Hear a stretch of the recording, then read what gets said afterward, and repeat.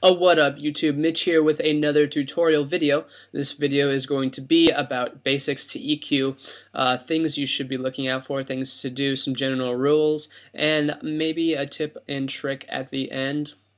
We'll see, alright? So, sitting in front of Logic, and if you're sitting in, front of Logic Pro, or Pro Tools, in front of Ableton, things like of this sort, I want to explain that EQ is going to be the same across any platform, so what I have to share with you will be the same for everyone. Fun stuff, fun stuff. Alright, so here is that Logic-based EQ.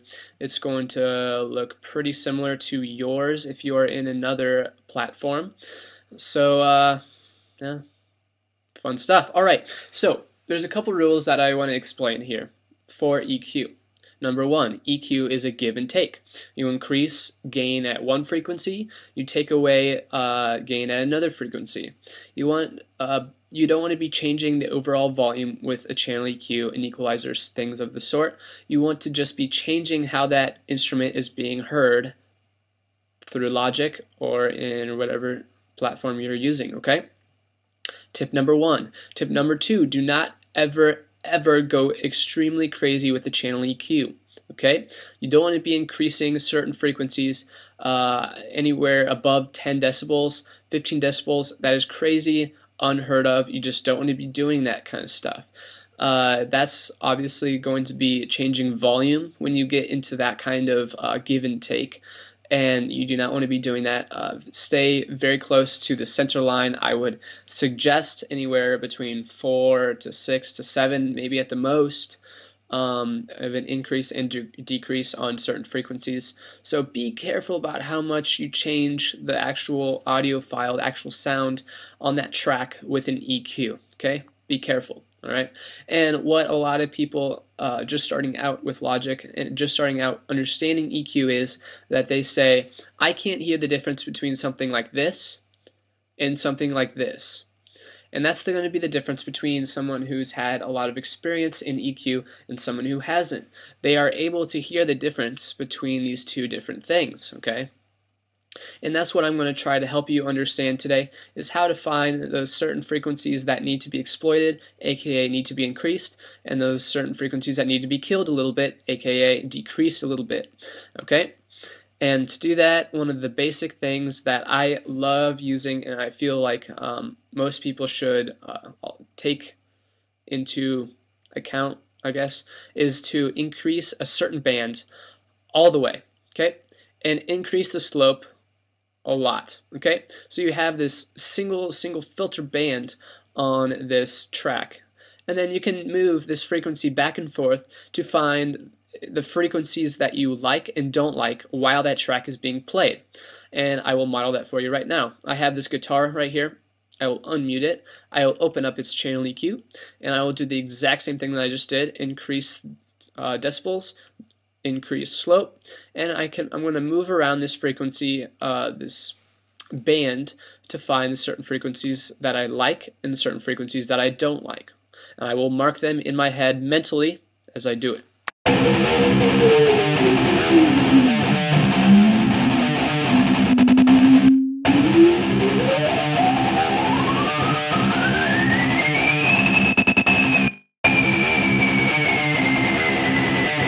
Okay, so what I found from that is that anything above 2000 gets really loud, shrilly, and annoying, and I just didn't like it. And then I found that I also really liked 350 hertz as a general nice sound for this kind of guitar. And so what I'm going to do is I'm going to increase that certain part by 4 decibels, decrease that slope, and there's going to be a little bit of a bump, a little bit of this little hill right here at 350 hertz. Alright, so I'm giving some to this track, so I need to take a little bit of that away. And I said that I didn't like things around 2000, anything above 2000, and so I'm going to be increasing or decreasing volume to -4 decibels, and that's going to be about the same slope of hill So there's a give and there's a take.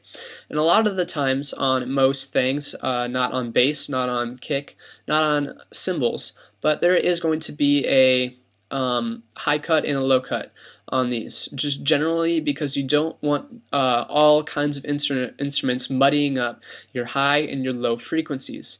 And this is perfectly acceptable. You don't need to do too much of a give when there is these really high takes, high and low takes, okay? So this is going to be a very general way of EQing any instrument, okay? If you go look up online, there are a ton of websites that just give pointers on certain frequencies to watch out for on certain instruments, certain key frequencies that you really need to exploit, certain frequencies you need to kill, and this is very important. A lot of the professionals have this wired into their head from so many years of doing this on every single song that they've worked on. Alright, and us who are just starting out, we need to learn those to begin with. Alright, so I'd highly suggest if you are EQing drums to go just Google that. Just Google that exact same thing and go find a website that has key frequencies to watch out for in drum EQing. Alright, so there's a tip on that. And so what I'm going to do is I'm going to play this guitar track, and then I'm going to bypass this EQ, and I'm going to see what it sounds like before and what it sounds like afterwards. And actually, just really quickly, I'm going to take out a little bit more of this high end, just because I just don't like that high end on guitars in general. So let's do it about like that. So I'm not doing it too much, just a little bit, so it's just a little bit noticeable. And then let's play this track and see what happens.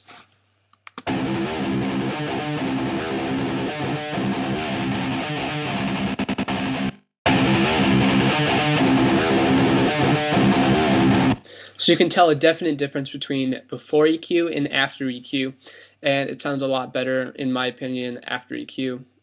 Whatever, you know, I mean, if you wanted more of that high end, go ahead and do that high end. There's nothing against that. It's what you think of a track in general. So use your ears. Use your ears when you're doing EQ. Just don't just look at an EQ and be like, oh, I want some low end, I want some high end. I don't really want this frequency just cause I don't like that frequency. I really highly suggest soloing out that track, listening to that track as you EQ, and then taking advantage of this bypass button to hear before and afterwards, and so that you get a great EQ, okay? So there's my tips. That's how I go by EQing most of my tracks. I do not have those key frequencies memorized by any means, and I really need to start going and looking at those and making sure that I know those and ingrain them into my head, just because I want to get better at logic and at producing in general. And if I have to look up all those things all the time, I'm going to be terribly inefficient, and you don't want to be terribly inefficient. Alright, so last thing before I go is I'm going to show you a quick trick with using a channel EQ or an EQ in general. Alright, so as I said, we have this high cut and this low cut. So this trick is to increase that low cut a very large amount, so that is cutting off a lot of the low end, and decrease this high cut so that it's taking a lot of the high end. Alright, so that you're singling out almost a certain frequency range, okay? I'm going to increase the gain there a little bit. And so let's listen to this track and see exactly what this setup does.